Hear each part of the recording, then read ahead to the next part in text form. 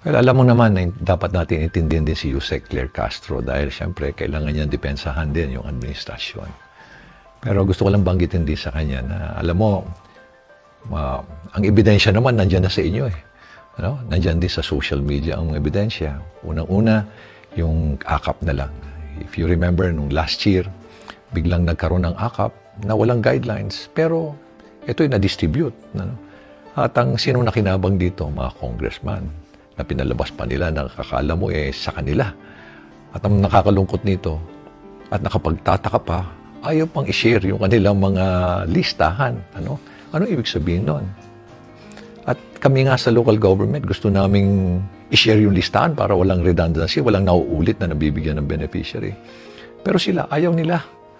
At talagang puspusan nun, lalo-lalo na nung December, grabe yun. Bigayan nun, na pati yung ibang mga mayor sa ibang lugar talagang binabanggit sa akin na talagang bumabaha ng pera at ayuda. Ngayon naman, dahil doon sa controversy na yun, alam mo si Secretary Rex, napaka-decente niyan. At ang ginawa niya, ayaw na niya. Sabi niya, there will be no AKAP for 2025 budget for the SWD. But pati siya mismo, he was surprised na after the BICAM, nagkaroon ng AKAP. Hindi naman niya ni-request yan sa NEP. It's the President's budget. Kaya nagtataka lahat, biglang nagkaroon ng AKAP. Para kanino yung AKAP? Ngayon, tingnan mo, kung sinong gumagawa ngayon ng mga text messages na, na-approvean na yung guidelines ng AKAP, ipapadala na namin dyan. Doon sa loob ng Congress. Makikita mo pa doon Good day, Kong, nakalagay pa doon So, ibig sabihin, sila na naman. Unang-una, ang trabaho niyo gumawa ng batas. Hindi mamigay ng ayuda. Hindi yung lagi na lang puro pagkakapirahan nandiyan kayo lagi. Nakasawsaw kayo yan basta pagkakapirahan. Okay, yung AKAP, nilagyan nila ng ilang 26 billion pesos. Hindi naman hinihingi.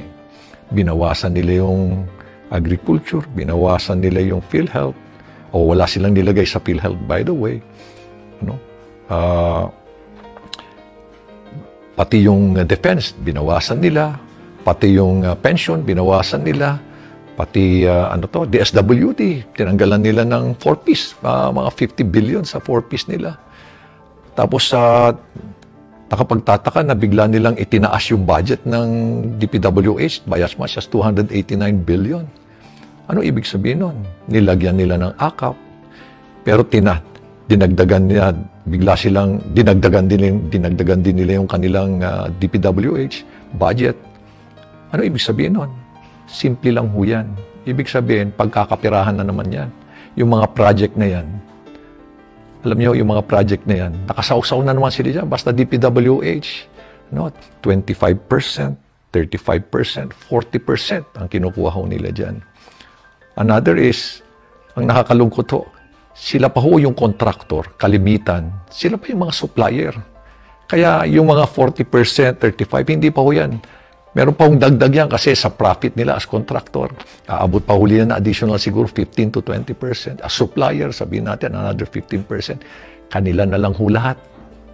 Ganyan ho katakaw ang ating mga babatas ho ngayon. Unang-una, sino ho ba? Tanungin ko sa inyo. Sino ho ba ang namimili ng mga district engineer at regional director ng DPWH? Diyan ho, malalaman nyo ho. Yan po yung mga ebidensya.